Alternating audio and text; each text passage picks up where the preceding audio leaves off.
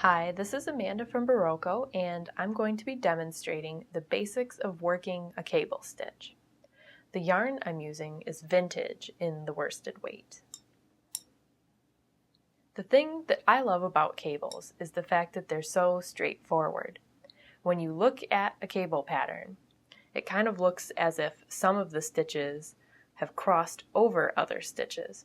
And in fact, that's exactly what happens. That's exactly what you do when you cable stitches. To achieve this, you have to change the order in which stitches are worked along a row. On a regular row of knitting, you start with the rightmost stitch on your needle and work along each stitch all the way until the end, working them in order as you go.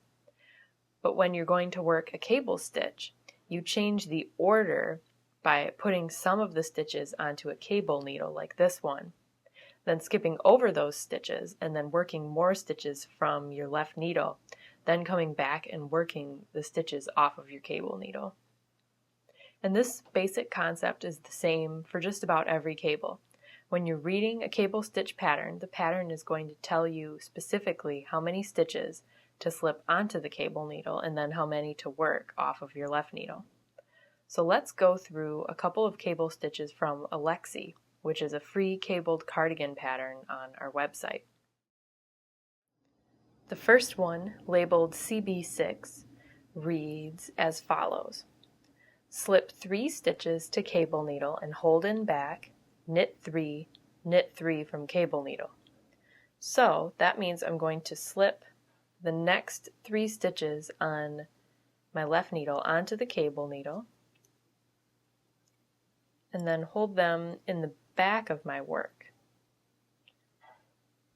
like so. And then I'm going to knit the next 3 that are on my left needle. So I kind of hold the cable needle back there so it doesn't get in my way. Knit the first stitch, the second, and the third. And now I'm going to get my cable needle and I have to tug at it a little bit because I am rearranging the order of these stitches. But I don't twist it or anything. I want the first stitch on my cable needle to be the first one that I slipped onto it in the first place. So I hold it back here and then I knit the 3 stitches off of the cable needle in the same order that I put them on.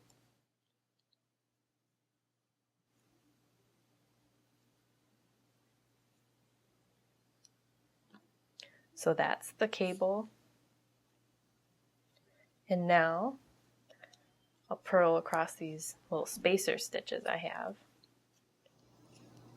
And now we're on to another one. This next one is called CR4 in the pattern, and it reads as follows. Slip the next stitch to cable needle and hold in back, knit 3, knit 1 from cable needle. So instead of just slipping 3 stitches onto my cable needle like I did last time, I'm going to slip only 1 stitch. And then I'm still going to hold it in the back of my work. And then I will knit the next 3 stitches on my left needle.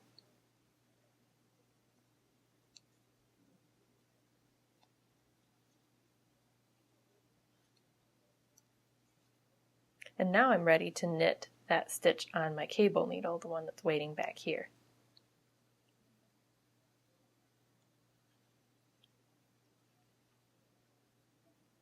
And that one you can see is a little more subtle, the twist, since I only had 1 stitch traveling behind these 3, whereas over here I had 3 stitches traveling behind.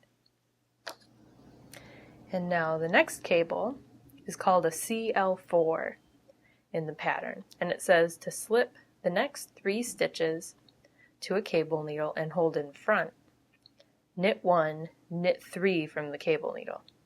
So this time I'm going to slip 3 stitches to my cable needle. Oops. And this time, instead of holding it to the back, I'm going to hold it to the front. So I'm going to leave it up here. And then I will knit 1 stitch from my left needle. and then knit the 3 stitches from my cable needle.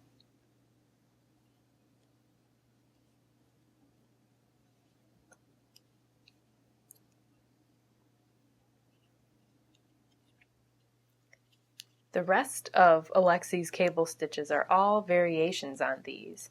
Each variation creates stitches moving in a different slant or like in a mirror image of one of the other cable stitches, kind of like the last 2 that I did, where this one had 1 stitch traveling behind 3 to the left, and then over here I have 1 stitch traveling behind 3 to the right. So those are mirroring each other. And that's how you create symmetrical shapes, or like the diamond shapes that are in the Alexi pattern. Cables are fun to work since they create such a dramatic effect, and surprisingly they don't require that much effort. As long as you have a little cable needle and a little bit of patience to read through the instructions and make sure you count out your stitches correctly, you'll have no trouble with it. That's all there is to it. Thanks for watching.